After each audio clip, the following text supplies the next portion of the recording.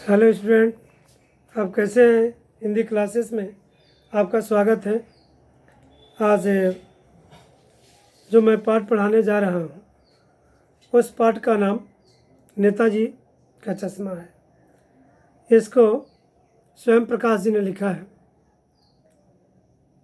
इस पाठ में लेखक यह बताने का प्रयास कर रहा है कि देशभक्ति का संदेश देने वाला यह पाठ स्पष्ट करता है कि देशभक्ति केवल किसी विशेष भूभाग से प्रेम करना नहीं, बल्कि देश के प्रत्येक नागरिक, प्रकृति, जीव जंतु, पशु पक्षी, पर्वत, पहाड़, झरने आदि सभी से प्रेम करना एवं उसकी रक्षा करना है। लेखक ने चश्मे वाले कैप्टन के माध्यम से एक ऐसे साधारण व्यक्ति के कार्य का वर्णन किया है जो अभावग्रस्त जिंदगी व्यतीत करते हुए भी देशभक्ति की भावना रखता है। परंतु हमारी कौम में ऐसे व्यक्तियों को सम्मान देने के बजाय उस पर लोग हंसते हैं। कैप्टन के चरित्र द्वारा लेखक ने उस असंख्य देशभक्तों को स्मरण करने का प्रयास किया है जिन्होंने देश हित के लिए कार्य किया और देशभक्तों को सम्मान दिलाने में अपना महत्वपूर्ण योगदान दिया। हवलदार साहब हर 15वें दिन कंपनी के काम से उस कस्बे से गुजरते थे। कस्बे में कुछ पक्के मकान, एक छोटा सा बाजार, बालक बालिकाओं के 2 विद्यालय, एक सीमेंट का कारखाना, 2 खुली छत वाले सिनेमाघर तथा एक नगर पालिका थी। इसी कस्बे के मुख्य बाजार में मुख्य चौराहे पर नेताजी सुभाष चंद्र बोस की संगमरमर की मूर्ति लगी हुई थी, जिसे वह गुजरते हुए हमेशा देखा करते थे। हवलदार साहब ने जब पहली बार इस मूर्ति को देखा तो उसे लगा कि इसे नगर पालिका के किसी उत्साही अधिकारी ने बहुत जल्दबाजी में लगवाया होगा। हो सकता है मूर्ति को बनाने में काफ़ी समय पत्र व्यवहार आदि में लग गया होगा और बाद में कस्बे के इकलौते हाई स्कूल के इकलौते ड्राइंग मास्टर, जिनका नाम मोतीलाल है, उनको यह कार्य सौंप दिया गया होगा, जिन्होंने इस कार्य को महीने भर में पूरा करने का विश्वास दिलाया होगा। मूर्ति संगमरमर की बनी हुई थी और उसकी विशेषता यह थी कि उसका चश्मा सचमुच का था। हवलदार साहब को मूर्ति बनाने वाले का यह विचार बहुत पसंद आया। हवलदार साहब जब अगली बार वहाँ से गुजरे तो उन्हें यह देखकर आश्चर्य हुआ कि इस बार नेताजी की मूर्ति पर दूसरा चश्मा लगा हुआ है। हवलदार साहब ने पान वाले से पूछा, किसका कारण क्या है? उसने बताया कि कैप्टन इन चश्मों को बदलता रहता है। हवलदार साहब ने सोचा कि कैप्टन कोई भूतपूर्व सैनिक या नेताजी की आज़ाद हिंद फौज का सिपाही होगा। इस संबंध में पूछने पर पान वाले ने मजाक बनाते हुए कहा कि वह लंगड़ा क्या जाएगा फौज में। उसी समय हवलदार साहब ने देखा कि कैप्टन एक बेहद बूढ़ा मरियल सा लंगड़ा आदमी है जो सिर पर गांधी टोपी और आंखों पर काला चश्मा लगाए रहता है। वह इधर उधर घूमकर चश्मे बेचता है। यदि किसी ग्राहक ने मूर्ति के चश्मे जैसा फ्रेम मांगा तो वह उस फ्रेम को वहां से उतार कर ग्राहक को दे देता है और मूर्ति पर नया फ्रेम लगा देता है। हवलदार साहब को पान वाले से यह जानकारी मिली कि मूर्तिकार समय कम होने के कारण मूर्ति का चश्मा बनाना भूल गया था, जिसके कारण मूर्ति को बिना चश्मे के ही लगा दिया होगा। कैप्टन को नेताजी की बिना चश्मे वाली मूर्ति अच्छी नहीं लगती थी, इसलिए वह मूर्ति पर चश्मा लगा दिया करता था। हवलदार साहब लगभग 2 साल तक मूर्ति पर लगे चश्मे को देखते रहे। एक दिन जब हवलदार साहब उसी कस्बे से निकले तो उन्होंने देखा कि बाजार बंद था और मूर्ति के चेहरे पर कोई चश्मा नहीं था। अगली बार भी उन्होंने मूर्ति को बिना चश्मे के देखा। उन्होंने पान वाले से इसका कारण पूछा तो उसने बताया कैप्टन मर गया। हवलदार साहब को यह सोचकर बहुत दुख हुआ कि अब नेताजी की मूर्ति बिना अब चश्मे की रहेगी। फिर कुछ दिनों के बाद हवलदार साहब उसी रास्ते से गुजर रहे थे। एकाएक उनकी दृष्टि नेताजी सुभाष चंद्र बोस की मूर्ति पर चली गई। उन्होंने देखा कि नेताजी की आंखों पर सरकंडे का चश्मा लगा हुआ है। उसको देख करके हवलदार साहब भावुक उठे और उनके मन के अंदर यह भाव जगा कि केवल नौजवान ही नहीं बल्कि देश का हर एक प्राणी, हर एक व्यक्ति, चाहे वो गरीब हो अमीर हो, धनवान हो बलवान हो, राष्ट्र के प्रति श्रद्धा रखता है, राष्ट्र के हित में सोचता है, तो वही देशभक्त है। तो इस प्रकार बच्चों के द्वारा बनाए गए इस सरकंडे को देख करके हवलदार साहब भावुक उठे। इस प्रकार से अर्थग्रहण संबंधी प्रश्न होता है। अर्थग्रहण संबंधी प्रश्न भी आते हैं जिसमें पैराग्राफ दिया जाता है और उस पैराग्राफ से प्रश्न दिया जाता है। जैसे पहला पैराग्राफ कि अब हवलदार साहब को बात कुछ समझ में आई। एक चश्मे वाला है जिसका नाम कैप्टन है। उसे नेताजी की बगैर चश्मे वाली मूर्ति बुरी लगती है, बल्कि याद करती है मानो चश्मे के बगैर नेताजी को असुविधा हो रही हो। इसलिए वह अपनी छोटी सी दुकान में उपलब्ध गिने चुने फ्रेमों में से एक नेताजी की मूर्ति पर फिट कर देता है। लेकिन जब कोई ग्राहक आता है और उसे वैसे ही फ्रेम की दरकार होती है जैसा मूर्ति पर लगा है, तो कैप्टन चश्मा वाला मूर्ति पर लगा फ्रेम संभवतः नेताजी से क्षमा मांगते हुए लाकर ग्राहक को दे देता है और बाद में नेताजी को दूसरा फ्रेम लौटा देता है। वाह भाई, खूब, क्या आइडिया है। ये पैराग्राफ है। अब इसके बाद इससे संबंधित प्रश्न होते हैं। जैसे पाठ तथा लेखक का नाम लिखिए। दूसरा प्रश्न होता है हवलदार साहब का ज्ञान कितना प्रामाणिक था, स्पष्ट कीजिए। क्या सचमुच चश्मे वाले को नेताजी की बगैर चश्मे वाली मूर्ति बुरी लगती है? सतर्क उत्तर दीजिए। अगला प्रश्न है चश्मा वाला अपने चश्मे कैसे बेचता है? अगला प्रश्न चश्मा वाला मूर्ति पर चश्मा क्यों लगाता है?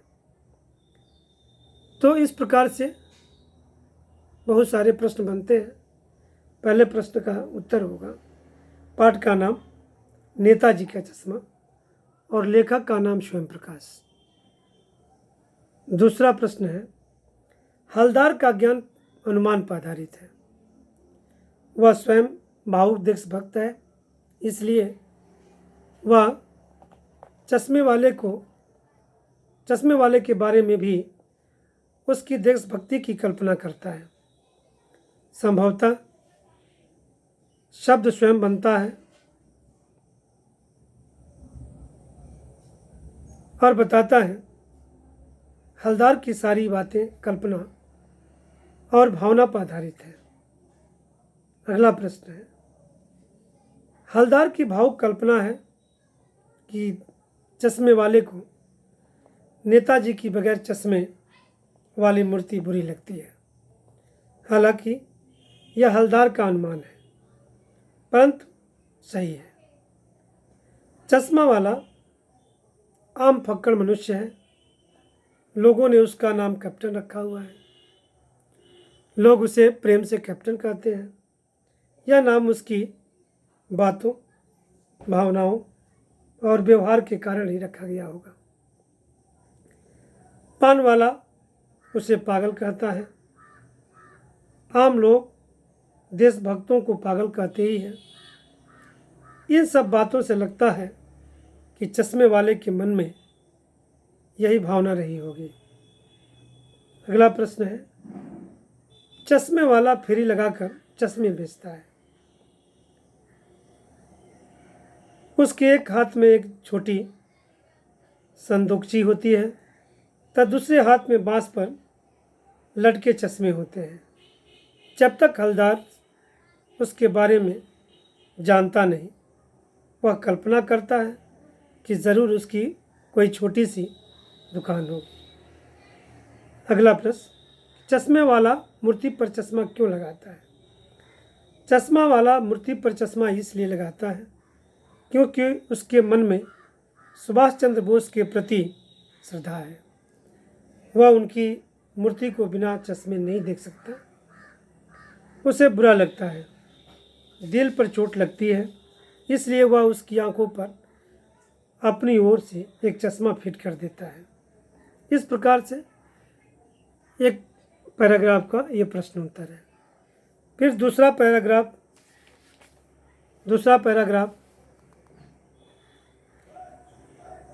हलदार साहब को यह सब कुछ बड़ा विचित्र, कौतुक भरा लग रहा था।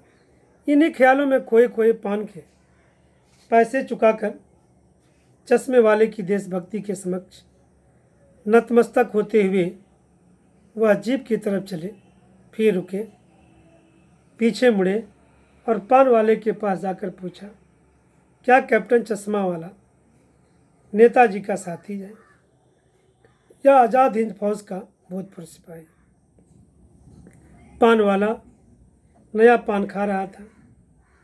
पान पकड़े अपने हाथ को मुंह से 1.5 इंच दूर रोकर उसने हलदार साहब को ध्यान से देखा। फिर अपनी लाल काली बतीसी दिखाई और मुस्कुराकर बोला, नहीं साहब, वो लंगड़ा क्या जाएगा फौज में? पागल है पागल। वो देखो, वो आ रहा है, आप उसी से बात कर लो, फोटो वोटो छपवा दो उसका कहीं। इस प्रकार से पैराग्राफ है। फिर इससे प्रश्न बनता है। पहला प्रश्न है, हलदार साहब को कौन सी बात विचित्र और कौतुक भरी लग रही थी? हलदार साहब को कौन सी बात विचित्र और कौतुक भरी लग रही थी? उत्तर है, हलदार साहब को नेताजी की संगमरमर की मूर्ति के बारे में सारी बातें विचित्र और कौतुक भरी लग रही थी। मूर्तिकार मास्टर मोतीलाल द्वारा मूर्ति में चश्मा न लगा पाना जितना रोचक था, उससे भी बढ़कर रोचक था कैप्टन द्वारा उस पर बदल कर उस चश्मे लगाना। हलदार साहब को लोगों की भावनाओं को समझकर आनंद आ रहा था। अगला प्रश्न है, हलदार चश्मे वाले को देशभक्त क्यों मान रहा था? हलदार चश्मे वाले को देशभक्त मान रहा था। इसका सबसे बड़ा कारण यह था कि हलदार स्वयं देशभक्त था। इसलिए उसे सुभाष की मूर्ति पर चश्मे लगाना देशभक्ति का प्रतीक था। दूसरे पान वाले ने उसका नाम कैप्टन बताया था। इससे हवलदार को लगा कि जरूर यह चश्मे वाला भी कोई फौजी रहा होगा।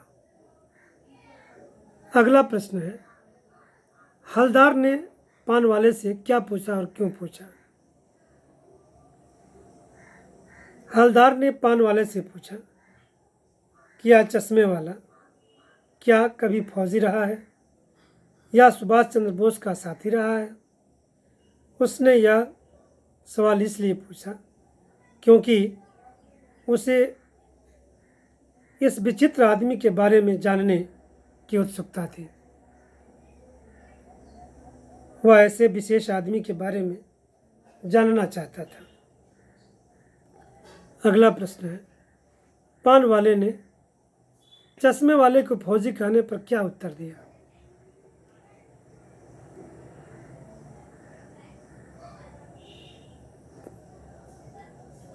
हवलदार द्वारा चश्मे वाले को फौजी आज़ाद हिंद फौज का सिपाही कहने पर पान वाला व्यंग से हंसा।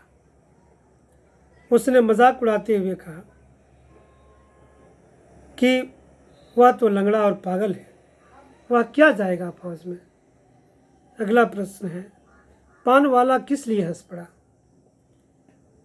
पान वाला चश्मे वाले की वास्तविकता को जानता था। चश्मे वाला मरियल सा बुढ़ा लंगड़ा था, इसलिए जब हवलदार साहब ने उसके फौजी होने का, आज़ाद हिंद फौज में होने की बात पूछी तो पान वाला व्यंग से हंस पड़ा। उसका अर्थ था, लो अब यह बुढ़ा भी फौजी हो चला। अगला प्रश्न है कि पान वाला चश्मे वाले की फोटो छपवाने की बात क्यों कहता है?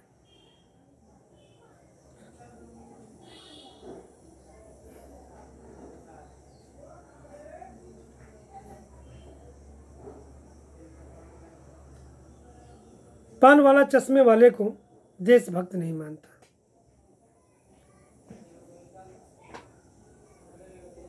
एक सनकी अजूबा मानता है। ऐसा पागल लोगों के अखबार में फोटो छपने चाहिए।